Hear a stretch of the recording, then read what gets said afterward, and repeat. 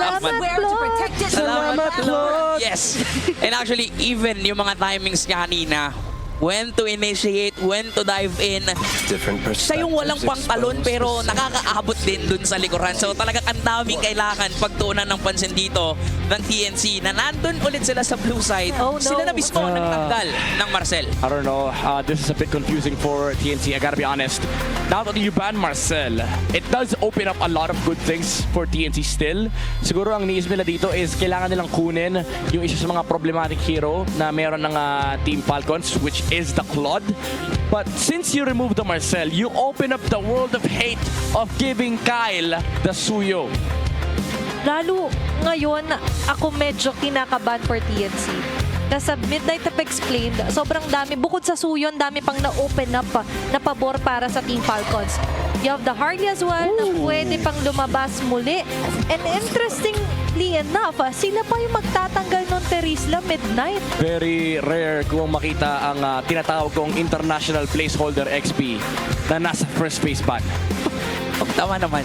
Kaya, for context, basically, kaya placeholder rin tawag ko kay Terizla kasi ito yung XP laner na hindi masyado natatalo sa lane and hindi rin naman ganun ka Nananalo. nananalo sa lane. Ano lang siya? Placeholder lang talaga. Okay. It's a stable XP, but it doesn't warrant the first phase ban. Ayun nga, di ba? Knowing Flap na sobrang lawak din ng hero pool nito, parang di ba, parang anong meron kung bakit nagtanggal ng Terizla? Di ba? Ang hirap isipin sa ngayon. Ano ba yung ipaprioritize nila? Sila ba yung mag-Susuyo? Sila ba yung mag-Harley? Kasi again, ang dami rin namang options dito for TNC. But maybe, baka ito ang panimula ng kanilang unang paglason dito sa series to. Daming open Midnight. Yeah, may Harley, pero I feel like it's just a bait from Team Falcons. If you go Harley here and then Team Falcons gets their hands on the Claude, even the Arlot Red 3 para kay Flap, and then you come down to a composition where Team Falcons, they played this so many times before. In fact, sila nag-introduce nung, hayaan mong i-pick ng kalaban yung Harley, kaka-counter rin namin. Oo, di ba? Ang dami rin kasing pang-kontra sa Harley. Pero first pick. First pick pa rin for Zyda's hero. Sorry, for Lance's hero, nandito yung Zushin. Pretty Harley game for Team Falcons. Oo, na-let go yung Harley. Even the Suya, pasok pa rin naman, to be honest here. First for the Jushin, first pick. Ang daling ma-access ngayon ng Team Falcons yung mid. Pero what if? What if ready ang TNC doon sa Harley pick? With what though? Lance? Lancelot Zyda? Pwede. Maybe. Oo. Maybe. But if Team Falcons, they go, yeah, they just go normal. Na wala silang pake. They go for the Kalea para meron silang panlaban ng Harley if ever.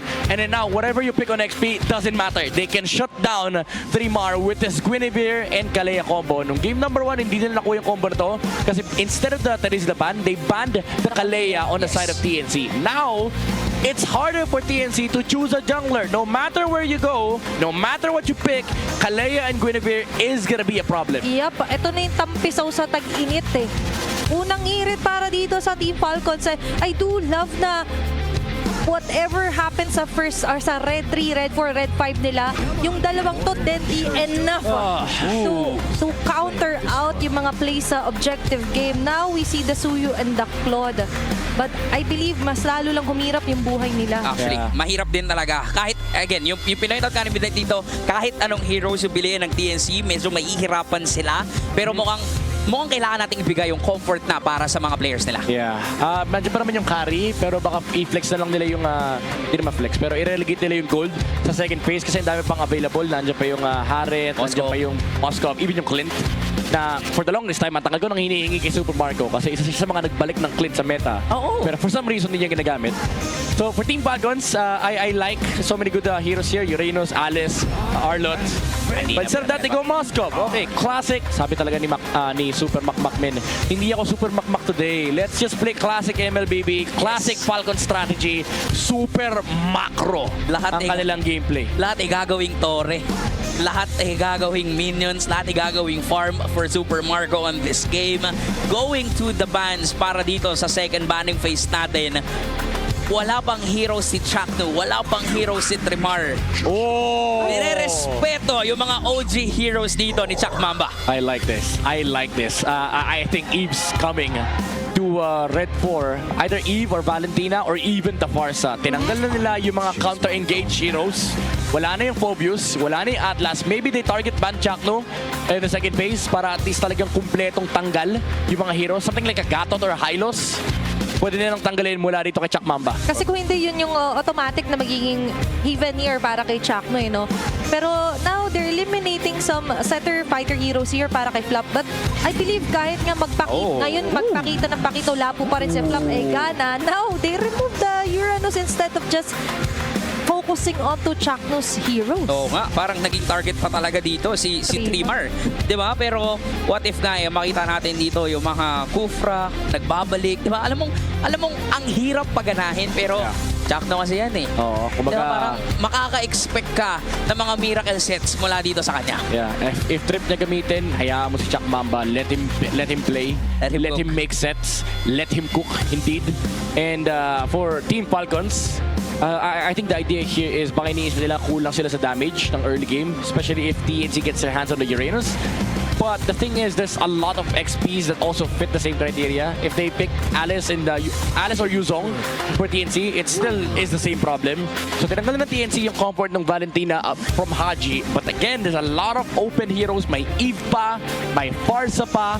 In fact, ang dami sa hero pool ni Haji na pwede pa niyang ilabas. Even yung Kagura, Gord, mga ganitong klaseng heroes, pwede pa i-shoot ng Team Falcons. Oo, magja-drive talaga dun sa talon tapos burst setup. Diba? Kahit sino nga yung tumalon dito kasi nandun na naman tayo sa punto na tatalon na talaga ang mga miyembro dito ng Falcons at mukhang lilipad pa rin talaga sila patungo sa kalangitan.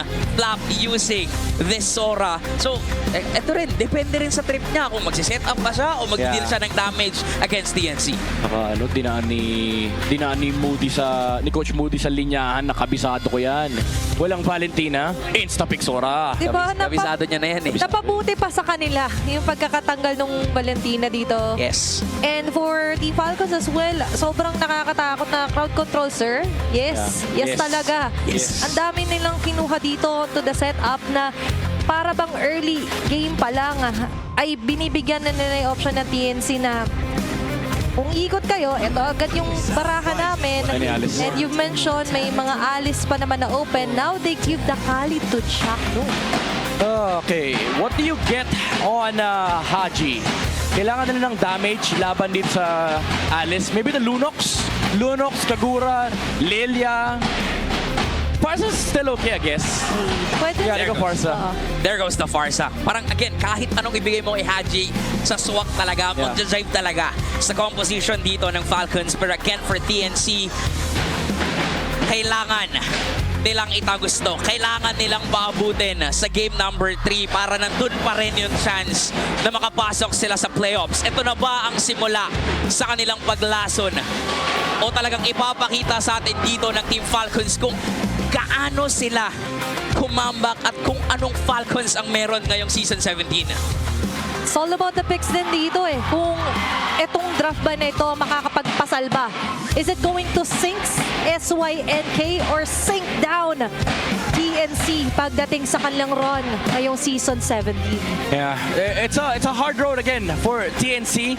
But the thing is, they have the late game assurance with the Claude mula rito kay Benecutie. One big problem that they have to face is the overwhelming amount of team fight na dala-dala dito ng Team Falcons. If they were easy nung game number 1, if they were slow, it's a different story altogether ngayong game number 2. Kaya naman, titingnan natin ano bang storya ang meron para dito sa game number 2. Phoenix versus Falcons. TNC versus Team Falcons Philippines na ngayon ay makikita natin kung sa Falcons na ang daming pang talon kanina, ngayon sinama pa nila si Ogwin. Oh my tatalon gosh. kung tatalon, kaya ganito ka-agresibo ang Team Falcons. Kakasabi pa lang natin, ito na agad nagpapakitang gilas. What a way to open up game number 2 here for Team Falcons. Nagre-reflect agad yung early game jump nila. Nung ping check natin kanina, sinabi ni Trimar na ibigay nyo na sa amin to kasi kahit alam naming maliit yung porsyento, tatry namin. Pero mukhang nakikita natin dito sa Falcons na ayaw nilang bigyan ng ng madaling buhay ang TNC. Oh, ay bigyan ng puntos pero binibigyan sa early game kasi alam nila lamang na lamang sila when it comes to sustain, when it comes to damage, when it comes to crowd control. What is TNC gonna do against the Kalea? Yes. Hahampasin siya nung Scimitar ni Chakno and then that's it. Iaangat siya ni Ogwen, mag-heal sila from the Surge of Life and then makakaharap ng setup dito si Kyle. Do take note, meron pang impending timing na kapag nag-level 4 dito yung Kalea at Guinevere, kahit sino makita nila, pwede nilang patayin, especially with a burst coming from the Predator Strike. Yun nga. Ang hirap.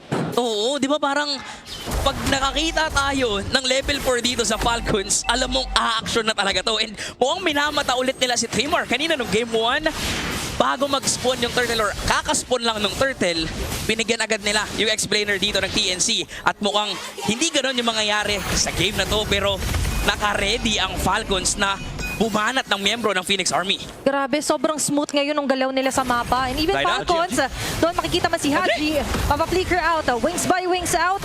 Yun na. Mapo-force ngayon, Ayun umatan na. sila pero hindi, sumakto yung level 4, pagsak ng Rockets, Cold and Rebecca Direct Strike.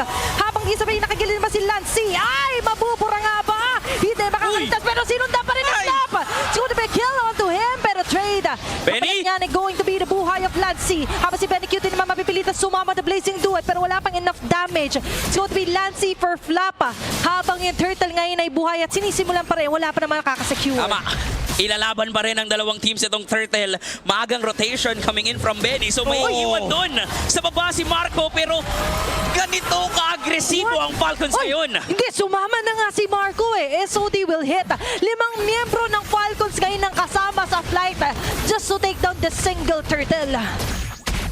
Tulad nga na sinabi natin kanina, it's a much faster game from Team Falcons. Every single time na may tidal strike yung Kalea, Kyle will be able to layer it up with the Violent Requiem. And hindi na nga kinailangan yun para mapatay nila yung Alice. The jump was enough.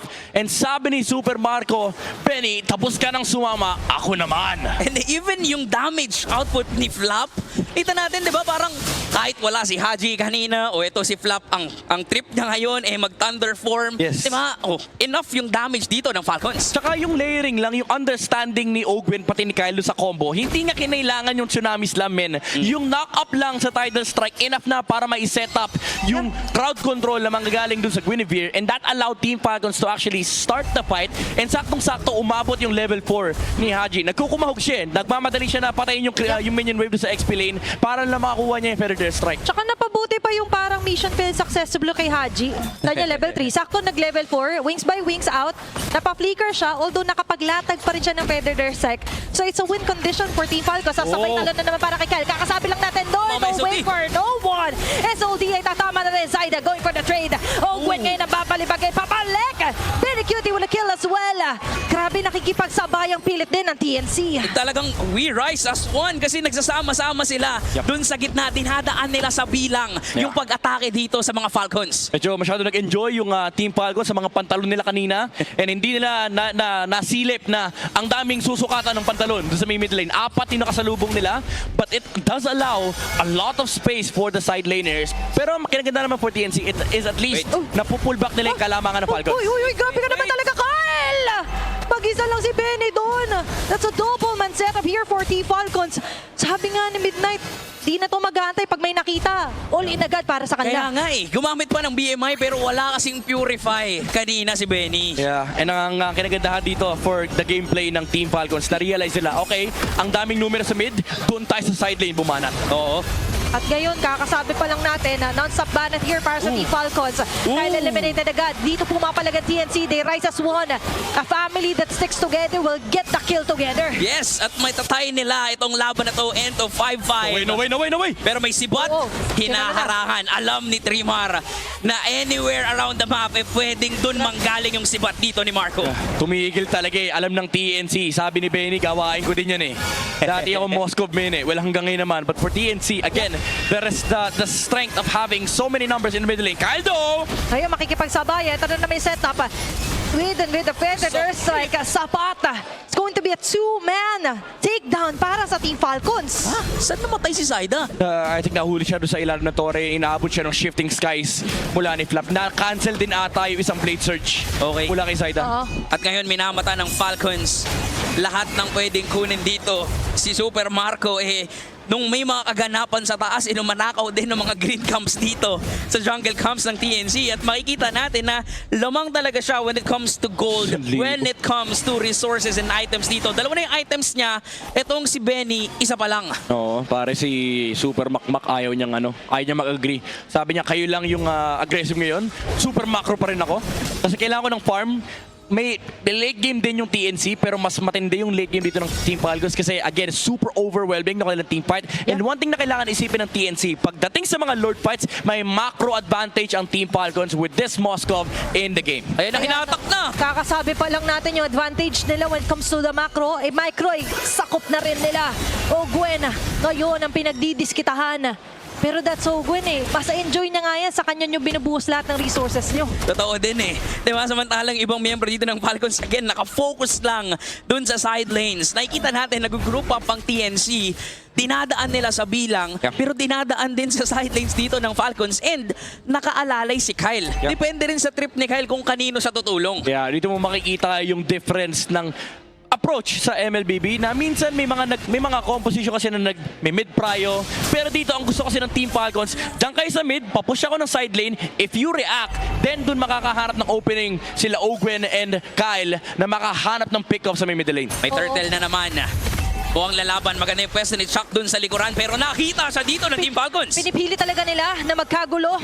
Kumbaga, sabi nila, mawala lang yung attention kay Super Marco, okay na rin para sa Team Falcons, pero mas napapabuti dahil ngayon yung turtle ay nadadance around nila. It's going to be 3 Mars sa pinakalikod. Throne of Ruin, walang tatamaan. It's going to be a setup here para kay Kyle. Makakuha pa yung pag-go kasama yung buhay inside. SOD will miss out. Pero hindi naman kailangan si Super Marco to ensure a kill. Nakalamang pa rin ang Team Falcons doon. Nakakuha na nga ng turtle, nakuha pa yung buhay ni Zyda, nakakuha pa ng farmings si Super Marco dun sa bottom lane at hindi pa sila tapos.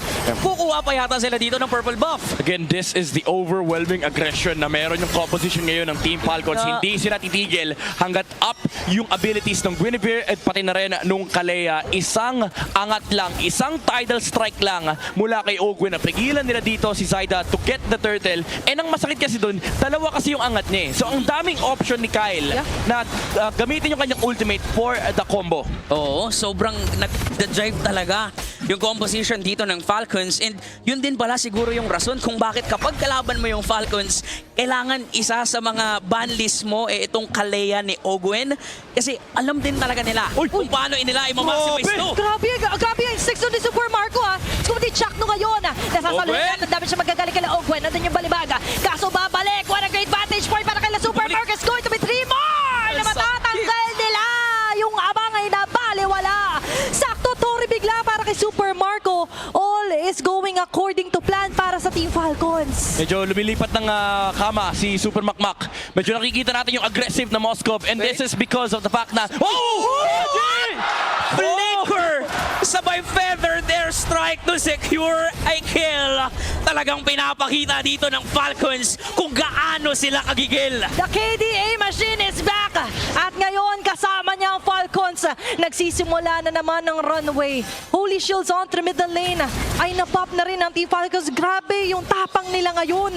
Pinag-uusapan natin may 2% chance ang TNC. Pero anong chance nila manalo maka-comeback ngayon? Okay, maganda na naman yung posisyon para kay Haji. With a feather nurse like hitting most of the members. Nangalahati ang buhay. Napipilitan ng TNC na mag-tower hug na muna. Atras naman ng Team Falcons. Kakalma muna tayo. Re-reset ng Team Falcons yung mapa. Or maybe not. They can actually just burst this Lord down kasi ang tindi ng kanilang protection. Merong Kalea sa may front line. And even if magpakita yung Suyu, napakadali lang for Team Falcons to actually turn. So bursting the Lord is the choice here for Team Falcons. Hindi na kailangan bumaba. Safety, safety SOD pa just in case may Suyu sa ibaba. Grabe no, ganoon ka macro-centric yung pag-iisip dito ni Super Marco. Sobrang advanced. Nakuha na nila yung Lord. Ayun, diba? Parang sinigrado niya pa na walang tao doon para hindi kami makuhanan ng isa pang tore. Sabi niya kasi, kung ako yan, andyan ako TH eh, no? Tamang hinala eh. Grabe. Ito pala ang Super Marco na grabe yung paghihinala. Diba? Oo. Yan, Diba? ano na yan, yan yung nagising na nakatihaya sa kama. Oo, napag-uusapan na natin yung iba't ibang posisyon kung paano matulog at magising dito si Super Marco, pero kailangan na rin magising ng TNC. Yup. Merong Lord na dedepensahan dun sa baba. Maliit man yung chance na maka-comeback nila to, but still, merong chance. May pang late games sila nandyan. Ang bagyong si Benny! Okay, nanguna na agad dito. Sila Ogwen, Trimar, makakapag-flicker out.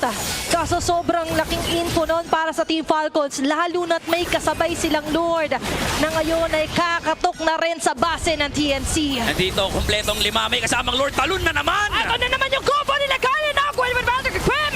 Shock nung mapapa-out. Surviving pa naman yung team members Flop. dito ng TNC, pero si Flop sa pinakaharap ay sapat pa rin magiging damage show na permanent hit onto Kyle. Pero grabe pa rin. Hey! You will find the window with a blazing duet.